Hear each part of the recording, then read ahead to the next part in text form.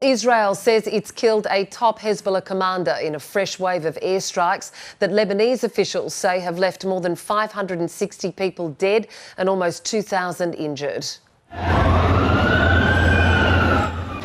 Israel's latest assault included targets in Lebanon's capital, Beirut. The Israeli military says a commander with the militant group's rocket and missile unit was killed in an airstrike in the city's south.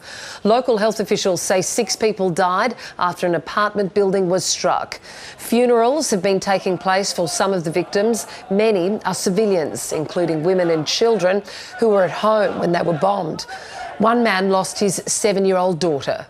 I am the father of the child Jury, the innocent child, the martyr. I have Jury, a martyr for the South and for Palestine.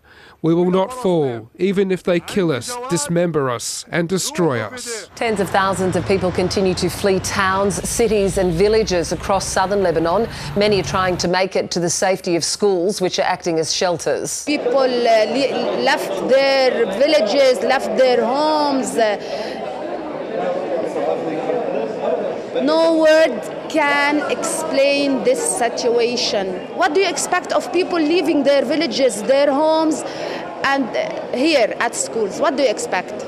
They are just crying. I'm crying too. Israel says its fighter jets have been targeting munitions stored by the Iranian-backed group in homes. It says they're being fired at northern Israeli settlements. The two sides have been trading fire since the Israel-Hamas war began in Gaza almost a year ago. Hezbollah is demanding a ceasefire in that conflict. The Israeli military says it wants its campaign against Hezbollah to be brief. We strive for the operation to be as short as possible. That is why we are striking with huge power, but we have to be prepared for it to take time. Our mission in the end is to achieve our war goals and bring the residents of the north back to their homes, and we have to stand by our mission. Well, Hezbollah suffered a major setback last week when pagers and walkie-talkies used by thousands of its members suddenly exploded in deadly coordinated back-to-back attacks. There's been no claim of responsibility. Israel says militants launched a further 300 projectiles towards Israel in the past day. Some targeted an explosive factory about 60 kilometres from the border. The last time Israel and Hezbollah engaged in open warfare was in 2006, which was triggered by the kidnapping of 2 Israeli soldiers.